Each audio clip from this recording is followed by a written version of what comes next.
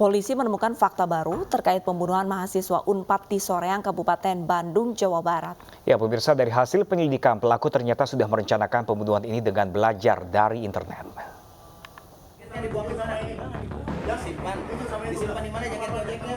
Tersangka pembunuhan mahasiswa Unpad di Komplek Gading Tutuka Residence, Soreang, Kabupaten Bandung, Jawa Barat, telah merencanakan aksinya sejak Oktober lalu. Bahkan untuk aksi sadisnya tersebut, tersangka mencari tahu di internet. Berdasarkan hasil pemeriksaan, tersangka dendam kepada korban karena berencana akan menyebarkan foto aib tersangka. Dan dari ponselnya, polisi menemukan penelusuran di situs pencari terkait cara pembunuhan berantai.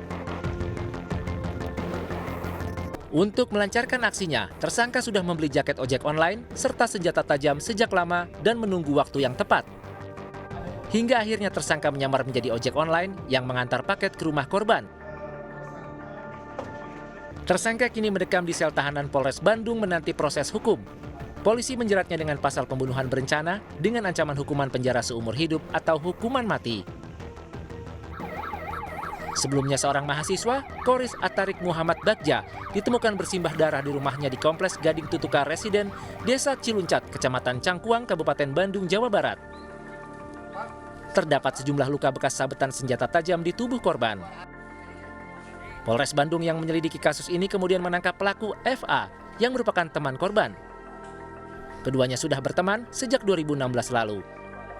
FA mengaku kesal lantaran foto aibnya akan disebarkan korban.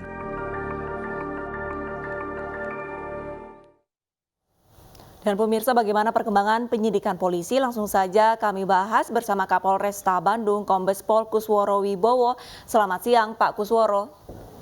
Selamat siang, Mbak, Mas. Assalamualaikum warahmatullahi wabarakatuh. Waalaikumsalam warahmatullahi wabarakatuh, Pak Kusworo. Pak Kusworo, untuk awal kasus ini, bagaimana polisi bisa menyingkap ataupun menguak bahwa pelakunya adalah teman dari korban?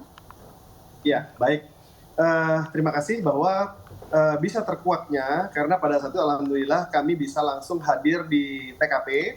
Jadi golden time-nya masih kami dapat. Begitu kami dapat informasi jam 9.30 ada peristiwa penusukan di Komplek Gading Tutuka di Kecamatan Cangkuang.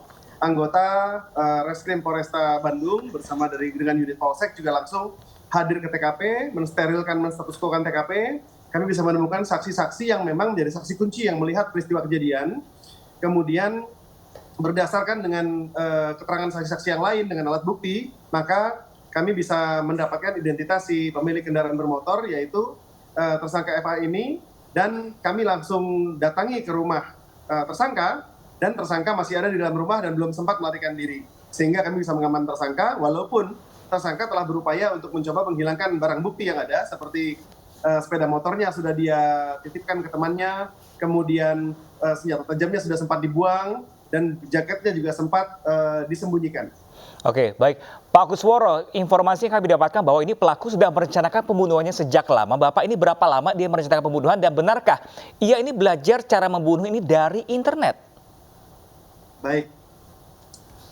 Berdasarkan keterangan para saksi-saksi dan keterangan tersangka bahwa September tersangka memiliki kerenggangan hubungan dengan temannya, kemudian di awal tanggal 5 Oktober, tersangka berupaya untuk rujuk atau damai dengan temannya tersebut, namun tidak berbuahkan dengan hasil sesuai harapan, sehingga pada tanggal 9 Oktober itu tersangka melakukan transaksi online, melakukan pembelian jaket driver online dengan senjata tajam.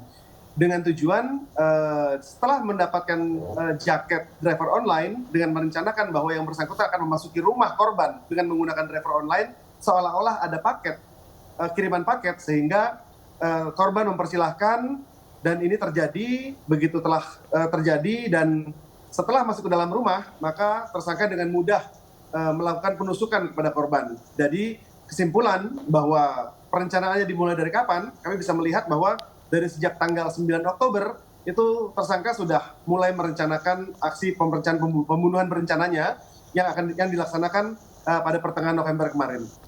Baik, lantas untuk sanksi sendiri, Pak, yang nanti akan diberikan kepada pelaku ini apa, Pak? Sanksinya berdasarkan dengan persesuaian yang ada, baik keterangan tersangka, kemudian alat bukti lain yang didapat, kami menjerat dengan pasal pembunuhan berencana, pasal 340 dengan ancaman hukuman mati dan atau penjara seumur hidup. Kami subsidiarkan juga dengan pasal 338 yaitu pembunuhan, dan kami kami lapisi dengan pasal penganiayaan yang mengakibatkan korban meninggal dunia yaitu pasal 351 ayat 3 KUHP.